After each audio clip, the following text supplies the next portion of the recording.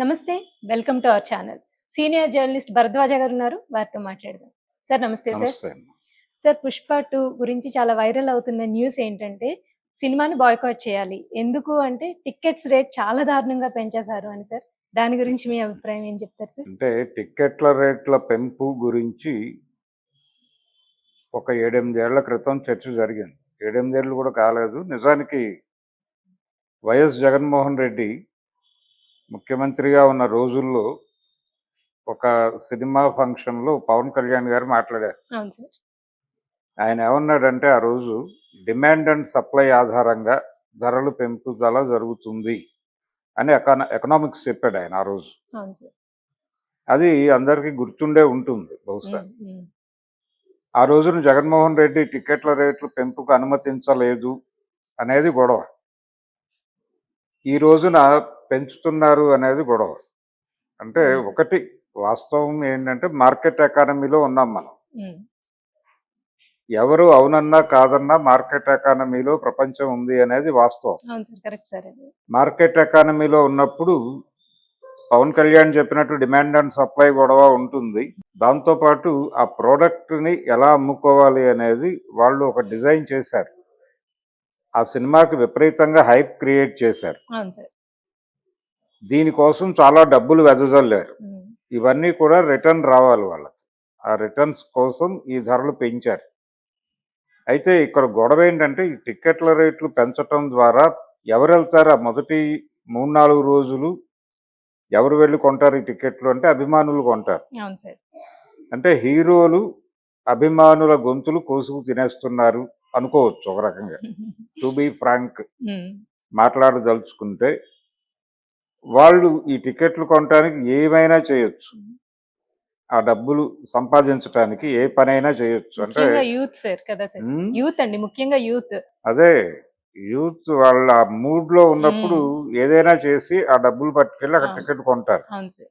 ఇలా ప్రేరేపించటం అంటే హ్మ్. ప్రోడక్ట్‌కి ఒక క్రేజ్ క్రియేట్ చేయటం ద్వారా వాళ్ళని అట్రాక్ట్ చేయటం. హ్మ్. ఇదంతా ఒక డిజైనింగ్‌లో జరుగుతోంది. ఒక మార్కెట్ డిజైన్. హ్మ్. తద్వారా వీళ్ళ టార్గెట్ ఏమిటి? 2000 క్రోర్ క్లబ్‌లోకెళ్ళాలి ఈ సినిమా అనేది వీళ్ళు అనుకుంటున్నారు. హ్మ్.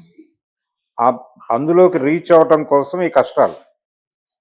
కష్టమని మనం అనుకుంటున్నాం గానీ వాళ్ళు అలా అనుకోవడం లేదు. హ్మ్. ఇది ప్రోడక్ట్ తయారు చేయటము, ప్రోడక్ట్‌ని మార్కెట్ చేయటము, ఈ ప్రోడక్ట్‌ని జనాల్లోకి ఇంజెక్ట్ చేయటం. ఇది చాలా ట్రాక్ట్‌ఫుల్‌గా జరుగుతుంది. వాళ్ళు దాన్ని ఒక బిజినెస్ వేలోనే చూస్తున్నారు. కదా సార్? వ్యాపారం అంతకు మించి అదే ఏమీ సార్. లేదు. అవును. వ్యాపారం అనేది పరమ ధర్మం దీనిలో. హ్మ్. అంటే మార్కెట్ ఎకానమీ అనేది ఎలా ఉంటుందంటే పరుగు పందెం వ్యవస్థ ఇది. మీరు ఎంత పిచ్చి క్రియేట్ చేసి జనాలని అటువైపు డ్రైవ్ చేస్తారు అనేది మీ టాలెంట్. అవును సార్. దానికి ఎవరు ఎక్కడ అడ్డుకట్టలు వేయకూడదు అని. ఇప్పుడు యూటర్న్ అవుతూ ఉంటాం మనం చాలా చోట్ల. హ్మ్. యూటర్న్ తీసుకుంటాం. యూటర్న్ ఉంది అక్కడ అనే విషయం వచ్చేవాడికి తెలుసు. యూటర్న్ ఉంది కాబట్టి ఆ యూటర్న్ అయ్యే వాళ్ళకి స్పేస్ ఇవ్వాలని వచ్చేవాడు అనుకోడు. ఎందుకు అనుకోడు అంటే తను వెళ్ళాలి కాబట్టి. యూటర్న్ ఫిలాసఫీ ఉంది అసలు. హ్మ్. యూటర్న్ ఫిలాసఫీ ఏంటంటే ఆ టర్న్ తిరిగేవాడు ఒడుపుగా తిరిగి అంతే వేగంగా వెళ్ళాలి. ఆ హ్మ్. నైపుణ్యం ఉంటే నువ్వు రోడ్డు మీదకి రా. ఆ నైపుణ్యం లేకపోతే నిష్క్రమించు. ఆ నైపుణ్యం ఉంటే రోడ్డు మీదకి రా. లేకపోతే పూర్తి స్థాయిలో అసలు రోడ్డు మీదకి రాకు. హ్మ్. ఈ పోటీలో నువ్వు పాల్గొంటే ఉండు. లేదంటే మరణించు అనేదే సిద్ధాంతం. అవును సార్. అంతకు మించి ఇంకేదో ఇక్కడ జాలి చూపించుట, ఒకళ్ళ కోసం ఒకళ్ళు స్పేస్ ఇవ్వటం, హ్మ్. ఒకళ్ళకొకళ్ళు వెసులుబాటు కల్పించటం, సబ్సిడీలు ఇవ్వటం ఇవన్నీ మార్కెట్ ఎకానమీలో ఉండవు. హ్మ్. హ్మ్. అందుకని మనం మార్కెట్ ఎకానమీలో ఉన్నాము అనేది గనక ముందు మనం రియలైజ్ అయితే ఈ రేట్లు పెంపు గురించి ఆందోళన పడం. హ్మ్. అయితే మనం ఇంకా దీనిలోకి రాకపోవడం వలన చాలామంది ఏంటి ఈ రేట్లు అని కంగారు పడుతున్నారు కానీ హ్మ్. నిజానికి ఇది ఒక ప్రాసెస్‌గా జరుగుతోంది మన జీవితాల్లో. ఈ ప్రాసెస్ అనేది చాలా హై లెవెల్‌కి తీసుకెళ్ళిపోయింది. ఈ రోజున ప్రతి మనిషి కనీసం రోజుకి ఇంత ఖర్చు పెట్టకపోతే కుదరదు. అవును సార్. ఇంత ఖర్చు పెట్టి తీరాలి. ఆ ఖర్చు పెట్టడానికి అవసరమైతే గవర్నమెంట్ సబ్సిడీలు రకరకాల పథకాలతో మీ అకౌంట్‌లో డబ్బులేస్తారు. హ్మ్. ఆ డబ్బులు మీరు మార్కెట్‌లోకి వెయ్యాలి. ఇది ఒక నిరంతర ప్రక్రియగా జరుగుతోంది. అందుకని గతంలో ఒద్దికగా కాపురాలు గడుపుకునే వాళ్ళం మేము. రూ. 300 సర్దుకుని బతికేవాళ్ళం. ఈ మాటలన్నీ ఇదివరకు మాట్లాడేవాళ్ళు 90కి ముందు. ఏది ఇండియా ఎకానమీలోకి అంటే నూతన ఆర్థిక సంస్కరణలలోకి భారతదేశం రాకముందు నాటి పరిస్థితి అది. హ్మ్. ఈ రోజున రేట్లు ఎలా ఉన్నాయి అంటే హీరోల రెమ్యూనరేషన్లు కూడా అల్లు అర్జున్కి 300 కోట్లు అని ఒక ప్రచారం జరుగుతోంది. ఓహ్! హీరోకి 300 కోట్లు, డైరెక్టర్కి ఇంకొన్ని కోట్లు, కనీసం 200 కోట్లు ఇలా ఇచ్చుకుంటూ పోతే హ్మ్. ఆ సినిమా ప్రొడక్షన్ ఎంత అవుతుంది, అవును సార్. ఎంత రాబట్టాలి అనేది గొడవ. హ్మ్. అందుకని ధరలు తగ్గాలి అనేది పాత డిమాండ్, హ్మ్. ధరలు పెరగాలి అనేది కొత్త డిమాండ్గా తయారైపోయింది.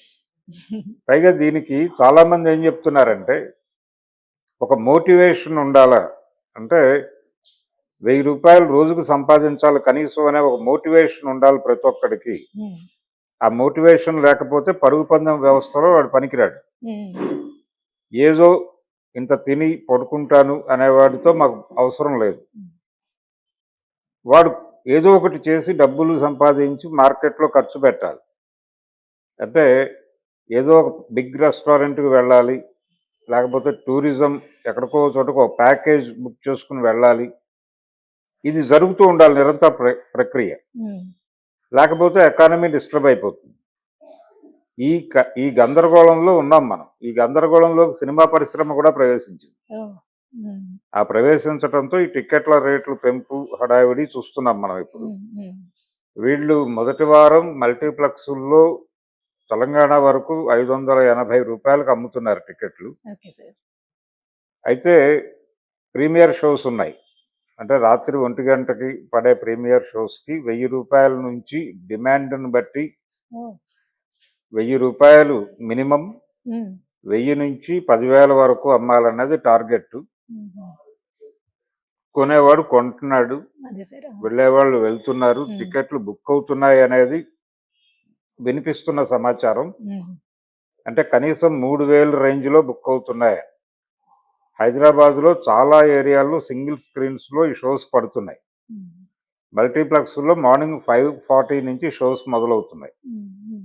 ఈ 5:40కి అఫీషియల్‌గా వాళ్ళు బుక్ మై షో నుంచి బుక్ చేస్తున్నవి మాత్రం 580కి అమ్ముతున్నారు. హ్మ్. యాక్చువల్‌గా 5:30 వాళ్ళ చార్జెస్‌తో కలిపి 580 అవుతోంది. అవును సార్. ఇది నడుస్తున్నటువంటి వ్యాపారం. హ్మ్. గతంలో సినిమా టికెట్